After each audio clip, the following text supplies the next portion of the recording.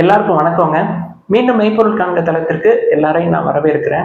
இன்னைக்கு market update அப்படின்னு பார்த்துக்கிட்டோம்னா Nifty 50 இந்த வாரத்துல அதோடைய லோ, அதாவது 24,000க்கு மேல ஏறி இருந்துச்சுங்க. 24,000ல இருந்து 24,820 வரைக்கும் வந்திருந்தது. இப்போ இன்னைக்கு வந்து 30 பாயிண்ட்ஸ் வந்து டவுனு, அதாவது 24,677ல இருக்குதுங்க இப்போதைக்கு. எஃப்ஐஐஸ் வந்து நேற்று வாங்கியிருந்தாங்க. கேஷ் மார்க்கெட்ல நெட் பையர்ஸா இருந்தாங்க. கிட்டத்தட்ட 8,000 கோடிக்கு பக்கமா வாங்கியிருப்பாங்கன்னு நினைக்கிறேன். இன்னைக்கு வந்து எப்படி இருந்தாங்க அப்படின்றது இனிமே தாங்க நம்மளுக்கு நியூஸ் வரும். இந்த மார்க்கெட் ட்ரெண்ட் வந்து அதோட பீக் இருக்கு இல்லையா, 26,277, அங்கிருந்து எடுத்துக்கிட்டோம் அப்படின்னா 1,600 பாயிண்ட் கம்மியா இருக்கு. ஸோ இந்த அப் ட்ரெண்ட், அதாவது 23,300லேருந்து 24,800 வரைக்கும் போயிட்டு இப்போ 600ல இருக்கு. இது அப்படியே இன்னொரு 1,600 பாயிண்ட் மேலே போகணும் அப்படின்னா எஃப்ஐஐஸ் கையில் தாங்க இருக்கு. தென் இந்தியாவுடைய க்ரோத் வந்து ஏற்கனவே ஸ்லோ டவுன் ஆயிருந்தது, 5.4% தான் Q2 இருந்தது அப்படின்னு சொன்னோம். இன்னைக்கு வந்து ஆர்பிஐ பாலிசி, மானிட்டரி பாலிசி மீட்டிங்லாம் இன்னைக்கு முடிஞ்சிருக்குங்க. அந்த செய்திகள் எல்லாத்தையுமே பார்ப்போம். ஃபண்டமெண்டல்ஸா எவ்வளோ வந்து மாற்றம் ஒரே நாளில், இப்போ ஒரு வாரத்தில் ஃபண்டமெண்டல்ஸ் எல்லாமே மாறிடுச்சு அப்படின்னு கேட்டால் மாறாதுங்க. இது வந்து ஜான்வரி பிப்ரவரிக்கு மேலே Q3யோட ரிசல்ட்ஸ் எல்லாம் வந்ததுக்கு அப்புறம் தான் இந்த ட்ரெண்ட் வந்து மாறும் அப்படின்னு நான் நம்புறேன். பட் மார்க்கெட் வந்து ஒரு 1,500 பாயிண்ட் பக்கமா 23,300லேருந்து ஏற்றிருக்கிறாங்க. கோல்டு பக்கத்து போவோம். கோல்டு எடுத்துக்கிட்டோம் அப்படின்னா இன்னைக்கு வந்து ஒரு 25 ரூபா விலை குறைஞ்சிருக்கு பெர் கிராம். 22 carat gold 7,115. அமெரிக்க டாலருக்கு நிகரான இந்திய ரூபாயோட மதிப்பு எவ்வளவு இன்னைக்கு அப்படின்னா 84.67ங்க. இந்த ஒரு வாரத்தை எடுத்துக்கிட்டோம் அப்படின்னா லோ அப்படின்னா 84.57, 84.90 வரைக்கும் போச்சுங்க. டாலர் வந்து ஸ்ட்ரென்தன் ஆகிட்டே இருக்குது. ஃபெட் ரிசர்வ், யூஎஸ் ஃபெட் ரிசர்வோட சேர்மன் ஜெரோம் பவுல் என்ன சொல்லியிருக்கிறாரு, நாங்கள் வந்து ஃபெட் இன்ட்ரெஸ்ட் ரேட் கட் பண்ணுறதை பற்றி ரொம்ப கவனமாக அதான் முடிவு எடுப்போம் அப்படின்னு சொல்லியிருக்கிறாங்க. இன்னும் தெளிவாக அவர் எதுவும் சொல்லலை. இன்னைக்கு மானிட்டரி பாலிசி மீட்டிங் இங்கே சக்திகாந்த தாஸ் அவர்கள் வந்து அவருடைய தலைமையில மீட்டிங் நடந்தது இல்லையா, இன்னைக்கு முடிஞ்சிருக்கு. அதுல என்னென்ன விஷயங்கள்லாம் முக்கியமான அம்சம் அப்படின்றத இன்னைக்கு பார்ப்போங்க. முக்கியமா ரிப்போ ரேட், அதாவது வட்டி விகிதங்கள் அப்படின்றதுல எந்த மாற்றமுமே இல்லைங்க. தொடர்ந்து 6.5% தான் இருக்கு. அதை தொடர்ந்து growth ப்ரொஜெக்ஷன் சொல்லியிருக்கிறாருங்க. நம்ம வந்து Q2வோட growth வந்து ஸ்லோ டவுன் ஆயிடுச்சு, 5.4% சொல்லியிருக்கிறோம் இல்லையா. அவர் என்ன எக்ஸ்பெக்ட் பண்றாங்க ஆர்பிஐ என்னன்னா, Q3லையும் Q4லையும் நல்ல growth இருக்கும். Q2வை கம்பேர் பண்றப்ப Q3ல நல்ல growth இருக்கும், Q3யை கம்பேர் பண்றப்ப Q4ல இன்னும் நல்லா இருக்கும் அப்படின்னு சொல்றாங்க.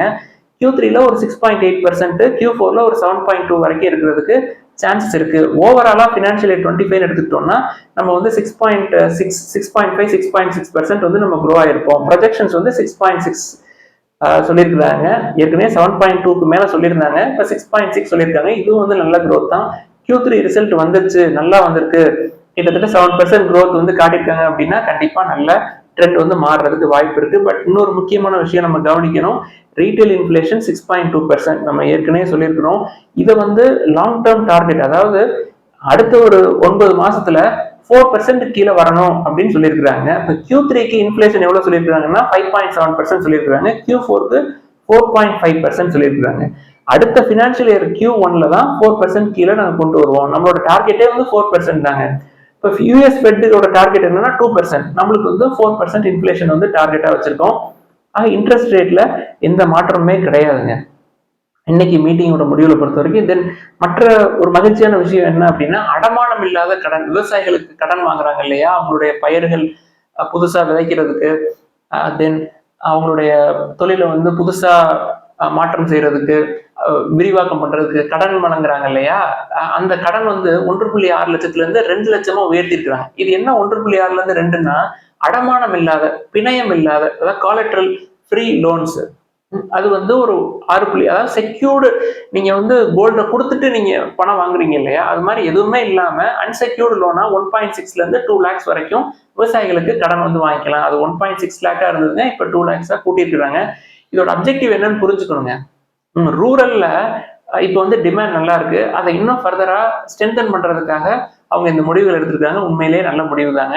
அடுத்து இந்த கார் கம்பெனிஸ் இருக்கிறாங்க இல்லையா, அவங்க எல்லாம் வந்து அவங்களுடைய கார் பிரைஸை ஜனவரி 2022ல இருந்து ஏற்ற போறாங்க. குறிப்பா மாருதி சுசுகி வந்து ஒரு 3% வந்து ஏற்ற போறாங்க. ஏற்கனவே ஆடி இந்தியாவும் ஹுண்டாயும் நாங்க வந்து பிரைஸை ஏற்றுவோம் அப்படின்னு சொல்லி அறிவிச்சிருந்தாங்க. ஆடி எடுத்துக்கிட்டோம் அப்படின்னா அவங்க ஒரு 3% பக்கமா ஏற்றுவாங்கன்னு நினைக்கிறேன். தென் ஹுண்டாய் மோட்டார்ஸ் எடுத்துக்கிட்டோம்னா நாங்கள் எல்லா வேரியன்ஸ்க்கும் 25,000 நாங்கள் வந்து விலையை வந்து கூட்டுவோம் அப்படின்னு சொல்லி அவங்களும் சொல்லியிருக்கிறாங்க. ஆக மார்க்கெட் அப்படின்னு எடுத்துக்கிட்டோம்னா நம்ம இன்னைக்கு B6ல டாடா மோட்டார்ஸ் வந்து 3% அப்பா இருந்தது, கிட்டத்தட்ட 800 தாண்டி வந்திருந்தது, 3% அப்பு. B6ல இருக்கிற மற்ற ஸ்டாக் எல்லாமே பெரும்பாலும் இன்னைக்கு ஃபிளாட்டா தாங்க இருந்தது.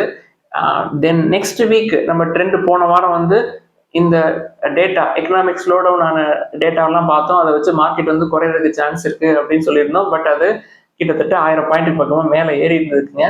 அதனால நம்ம யாராலையுமே மார்க்கெட்டை வந்து ப்ரிடிக்ட் பண்ண முடியாது. But performance of the company தான் வந்து மார்க்கெட்டை டிசைட் பண்ணும். அது லாங் டேர்ம் இன்வெஸ்டர்ஸ்க்கு ரொம்ப ரொம்ப முக்கியங்க. Q3 ரிசல்ட் நல்லா இருக்கணும், Q4 கண்டினியூஸா ஒரு கம்பெனி நல்லா பெர்ஃபார்ம் பண்ணது அப்படின்னா கண்டிப்பா ஸ்டாக் மார்க்கெட் அதுக்கு ரிவார்ட்ஸ் கொடுக்கும். இல்ல பெர்ஃபார்மன்ஸ் இல்லை அப்படின்னா அடி கண்டிப்பா விடுவாங்க. அதனால இது இந்த false rallies, dead cat bounce, then FIIs திடீர்னு உள்ள வந்தது, இதெல்லாம் நம்பி நம்ம வந்து அவசரப்பட்டு நிறைய வாங்கிடக்கூடாது. எப்போதும் நம்ம வந்து குறைவான அளவு ஒரு வேல்யூவேஷன்ஸ் நல்லா இருக்கிறதா பார்த்து வாங்கணும். ஒரு நண்பர் ஒருத்தர் வந்து என்னைக்கு தான் ஒரு ஸ்டாக்கை விற்கிறது அப்படின்னு சொல்லி கேட்டிருந்தாருங்க.